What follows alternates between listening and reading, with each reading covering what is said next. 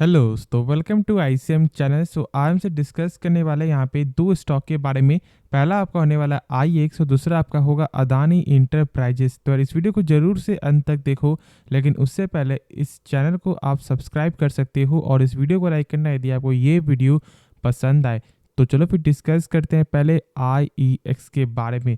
अब देखो ये जो स्टॉक है ना, अपने हाई से ऑलमोस्ट आपका 45% तक जो है करेक्ट हो चुका है।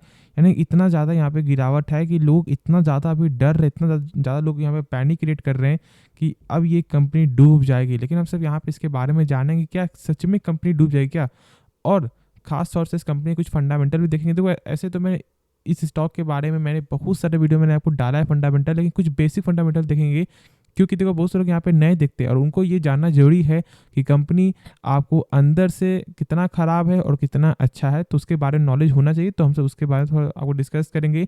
लेकिन कल मैंने आपके साथ एक जो न्यूज़ भी मैंने शेयर किया था, और आपका वो क्या था कि देखो यहाँ पे आपका जो है ना डालमिया एक ग्रुप है, ठीक है, वो इस कंपनी से जो है अपना स्टेक सेल करने का विचार कर रही है। अब देखो ये एक रिपोर्ट है और इसी के कारण जो कल के दिन जो गिरावट हुआ था ना, जो ऑलमोस्ट आपका 5% का, वो इसी के कारण देखने को मिला था और मैंने कल आपके साथ यहाँ पे शेयर भी किया था।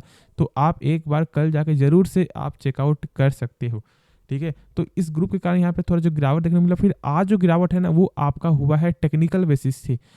इतना ज़्यादा यहाँ पे टेक्निकल कमज़ोर हो चुका है और इसलिए देखो मैंने शुरू से बोला था ना कि जब तक 150 के ऊपर आपको सही से सस्टेन ना करे 4-5 दिन, तब तक यहाँ पे आप बाई मत करो। और वही चीज़ आपको देखने को मिला, 150 तक गया, टच हुआ, फिर तुरंत यहाँ पे आपको जो गिरते हुए आपको दिखाई दे रहा है। ये कंपनी अब देख लो कि पहले ख़राब है सही, उसके बाद सब आगे डिस्कस करेंगे तो ही आपको सही से जो मालूम भी चलेगा। तो पहले देख लो यहाँ पे कंपनी का जो है डिविडेंड यील्ड, यानी कि लगभग कंपनी आपको जो 1.5% तक यहाँ पे पे भी करती है हर साल आपको डिविडेंड। अब देखो यहाँ पे आगे बढ़ोगे तो कंपनी का जो ROC है, यानी कि रिटर्न ऑन कैपिटल एम्प्लॉयड, जैसे इसका मतलब क्या होता है ना कि कंपनी जो अपने पर 100 रुपये लगा रहा है, तो यही 100 रुपये जो कंपनी का एक साल बाद आपका बढ़ रहा है या फिर घट रहा है। तो यहाँ पे बढ़ तो रहा है, लेकिन फिर कैसे मालूम चलेगा कि यहाँ पे जो ROC है और आपका जो ROE है वो नंबर आपका सही है। तो देखो जो किसी भी कंपनी है कम से कम 12% के ऊपर होना चाहिए, और यहाँ पे दोनों ही आपको 3x और एक आपका 5x टाइम से ज़्यादा आपको जो है देखने को मिलता है। अब देखो सेल्स यदि ठीक है, तो कंपनी का सेल्स ही सबसे बड़ा यहाँ पे अभी आपको निगेटिविटी है, यानी कि जो अभी प्रेशर है ना, वो दो चीज़ की वजह से है। पहला सेल्स है और दूसरा आपका है शेयर होल्डिंग पैटर्न। मैं उसके बारे में मैं बात करूंगा, लेकिन हम सब यहाँ पे एक एक करके ही आगे बढ़ते हुए दिखाई देंगे। तो सेल्स यहाँ पे क्या देखने को मिलता है, आपका ईयर ऑन ईयर पे कमजोरी और इसी के कारण थोड़ा गिरावट है। मैंने शुरू से मैंने आपको एक चीज़ बोला है कि कंपनी का जो सेल्स है ना, सबसे ज़्यादा इंपॉर्टेंट आपका रोल निभाता है। यदि कंपनी का सेल्स ही आपका आगे नहीं बढ़ेगा तो प्रॉफिट तो कम होगा ही और प्रेशर देखने को मिलेगा ही। तो वही चीज़ है। अब देखो प्रॉफिट में यहाँ पे क्या है कि कंपनी जो है अपने खर्च को कम करके थोड़ा प्रॉफिट आपको मेंटेन कर रहा है, लेकिन सेल्स में जो गिरावट है ना, उसी की वजह से कोई भी फायदा आपको नहीं मिल रहा है। और इसलिए मैं बोलता हूँ कि सेल्स सबसे ज़्यादा इंपॉर्टेंट है। यदि प्रॉफिट थोड़ा अप्स एंड डाउन भी हो जाए आपको ईयर ऑन ईयर पे, तो कोई ज़्यादा फर्क आपको नहीं पड़ेगा, लेकिन सेल्स आपका कम नहीं होना चाहिए। अब देखो कंपनी की जो टोटल जो एसेट है वो भी यहाँ पे आपका थोड़ा कम होते हुए दिखाई दे रहा है। यदि आप चेक करो यहाँ पे क्वार्टर बेसिस में, तो ये भी चीज़ है कि थोड़ा यहाँ पे वो निगेटिविटी है। लेकिन देखो कंपनी जो सबसे खास बात क्या है ना, जो लोग हम इसलिए हम सब ऐसे बोल रहे हैं कि यहाँ पे आपको बाई करना चाहिए या फिर आपको होल्ड करना चाहिए, जो भी यानी अभी तक आपको होल्ड करना चाहिए। और वही इसका बेसिस है क्या, कंपनी का कैश फ्लो एक बेस्ट फंडामेंटल टूल है। यानी कि ये जो आपको टूल क्या बताता है, तो कैश फ्लो का मतलब ये है कि कंपनी जो है जो भी सामान बेच रही है, क्या उसका पैसा जो है रिटर्न आ रहा है।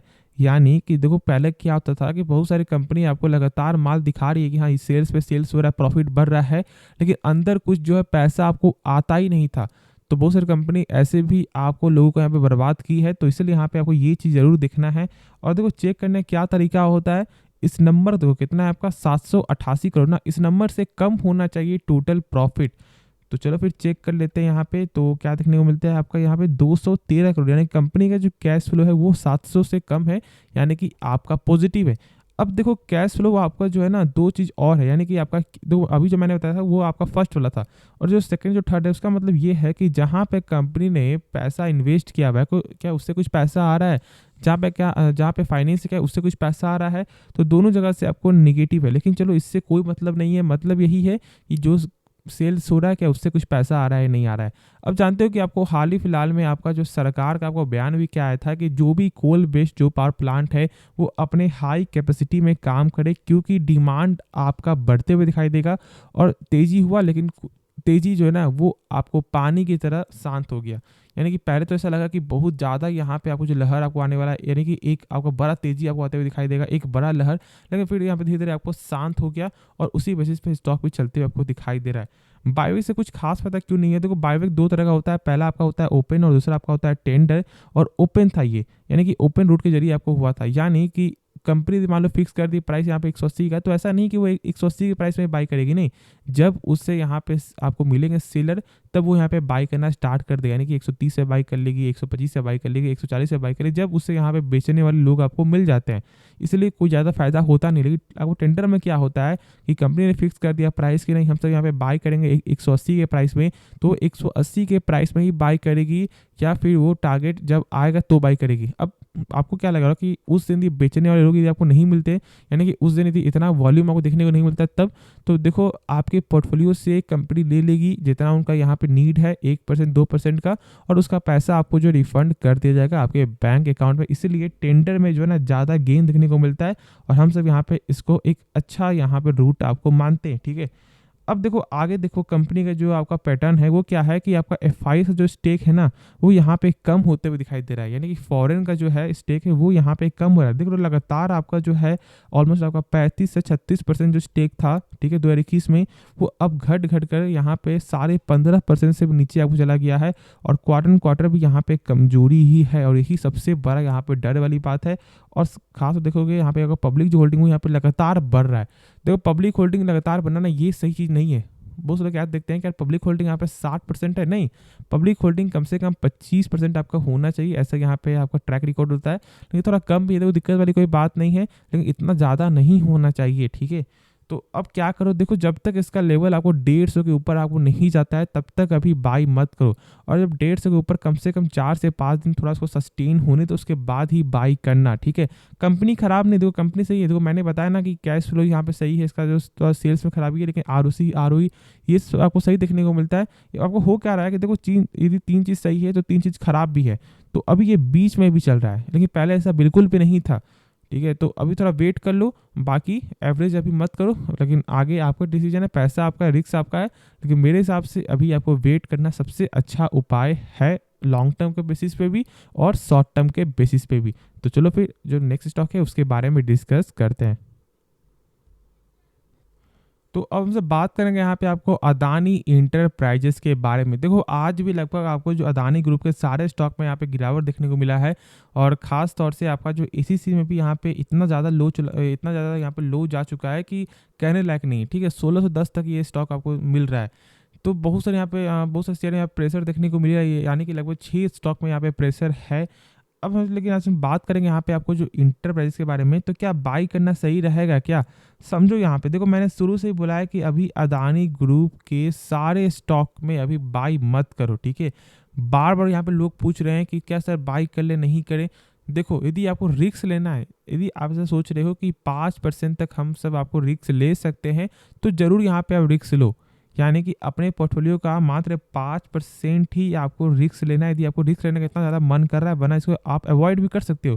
लेकिन अब ये मत सोचना कि यहाँ पे आप जो है 25% 40% पैसा लगा दो, ये अभी बहुत ज़्यादा यहाँ पे रिस्की हो गया। यानी कि ऐसा हो सकता है कि शायद आपका ये जो 50% जो पैसा है वो अगले साल में जो है ना वो आपका वही 50% आपका बन जाए 200%, ठीक है। लेकिन ऐसा कोई भी गारंटी भी नहीं है कि वही 50% आपका बन जाए 20% या 25%। तो मैं इसलिए आपको यहाँ पे रिस्क लेने का सलाह नहीं दे रहा हूँ। लेकिन देखो कंपनी आपका जो अदानी इंटरप्राइजेस आपका हो या फिर ग्रीन हो, सारा यहाँ पे आपको लॉन्ग टर्म के बेसिस से एक बेहतरीन कंपनी है। या फिर आपको विलमार होगी, तो आपको विलमार का तो यहाँ पे कैश फ्लो भी एक गजब का कैश फ्लो देखने को मिलता है, और आपका इंटरप्राइज का भी कैश फ्लो यहाँ पे सही ही है, ठीक है। तो यही चीज़ मैं यहाँ पे आपको समझाना चाह रहा हूँ, और मैं इस वीडियो का मेरा मेन पर्पस यही है, बाय सेल या होल्ड। तो देखो आपको होल्ड ही करना है, सेल नहीं करना है। यदि आप इतना ज़्यादा जब आपको लॉस जब आप देख रहे हो तो आप अभी भी सेल नहीं कर रहे हो ना, तो फिर आप सेल मत करो, ठीक है, छोड़ दो। तो आपको रिस्क लेना है ना, तो आप होल्ड करके रिस्क लो, यानी कि आपको बाय करके रिस्क नहीं लेना, आपको होल्ड करके रिस्क लेना, जो आपके पास स्टॉक पहले से है। और एवरेज अभी मत करो, ठीक है, एवरेज भूल से ही मत करो, थोड़ा वेट कर लो। देखो यदि जो भी आपका इसका जो रिपोर्ट है, कंक्लूजन यदि सही हो जाता है, तो जितना स्पीड से जितना स्टॉक गिरा है ना, उतना स्पीड से आपको बढ़ भी जाएगा। क्योंकि आप जानते हो कि इस ग्रुप का खास बात क्या है कि ये स्टॉक बढ़ता भी है आपका उसी स्पीड से जितना स्पीड से ये गिरता भी है। जो आज आप देख रहे हो कि साथ जो गिरावट आपको हो रहा है 7% का, वो ऐसा हो सकता है कि यदि आपको जो भी रिपोर्ट है, जो भी इसका आपको जो मैं आपको बोल रहा कंक्लूजन यदि सही हो जाता है, जो भी सही आपका हो जाता है, तो फिर एक एक दिन में आपको जो 15% तक भी स्टॉक आपको भागने के लिए तैयार हो जाएगा। तो इसलिए आपको यही चीज़ आपको समझना है, लेकिन अभी आपको वेट करना है। तो होप इस शॉर्ट टर्म के वीडियो में आपको समझ में आपको आ गया, नहीं शॉर्ट टाइम के वीडियो में समझ में आ गया होगा। बाकी इस वीडियो में कुछ भी सीखने को मिला, जरूर से आप इस चैनल को जो है सब्सक्राइब कर सकते हो और इस वीडियो को लाइक करना। यदि आपको ये वीडियो पसंद आए तो मिलते हैं नेक्स्ट वीडियो में। तो तब तक के लिए धन्यवाद।